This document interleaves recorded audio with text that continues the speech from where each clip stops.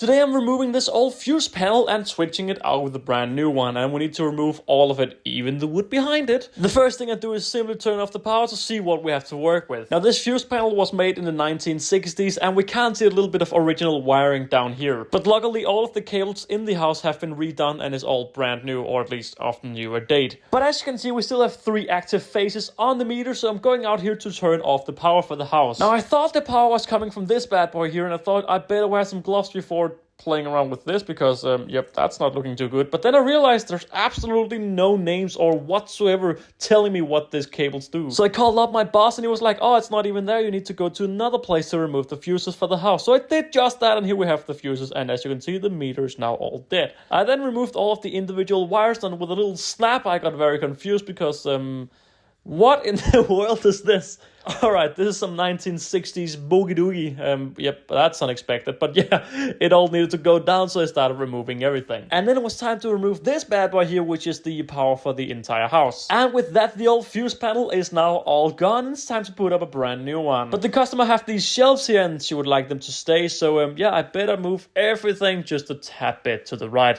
Lovely. Luckily, I have this little multi-tool bad boy, and I just started cutting out. But a bit less lucky, we have this metal pipe here, which contains the supply line for the entire house. And yeah, I need to cut this metal pipe here, and I cannot remove it from the walls. That's going to be a lovely job for the electrician here. I'm just thinking how screwed I am if I actually cut the cable behind it. So with a great care and responsibility, I started cutting into the metal pipe here.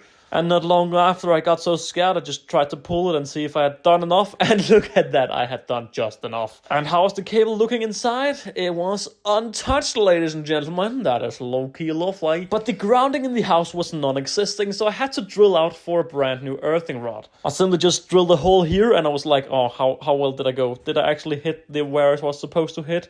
No, I was a little bit high, but... Not mentally, just the drop. It was a little bit higher than it should have been. But that's how it is sometimes, guys and girls. Because we actually didn't know where the supply cable for the house was, we had to dig quite a lot to see if we could locate it, but we couldn't. Where I just showed my hand is where I expected it to be, but yeah, we couldn't find the cable, so just had to pick a random place and just drill down. With that, I started firing down that grounding rod, and I just put a little bit of a wire here, and look at that, guys and girls. There's a mess we need to fix. Let me just, what should I do here? Let me just pick up the dirt here and just fix it all nice and somewhat nice again.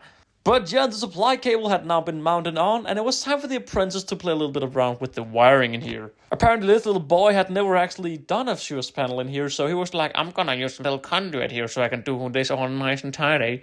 And I was like, yeah, sure, do whatever you want to do, but don't put this wire on because it's not fixed on the other end yet. But what do we think of the apprentice's job? Is this approved? I don't know, but he certainly thinks it's a nice job. But with that, the meter had now also been installed, and it was time to pop out and get these fuses up inside again. Just pop those bad boys in, here we are. And it was now time to test if everything worked inside. First of all, the RCD. Is the RCD working as it was meant to? It surely was. In Denmark, the grounding needs to be below 1,666 ohms, and yeah, we had 5 ohms, so that is a very nice number. And here we have a brand new fuse panel, and now all covered up inside a cabinet. And with that, I want to say thank you all very much for watching.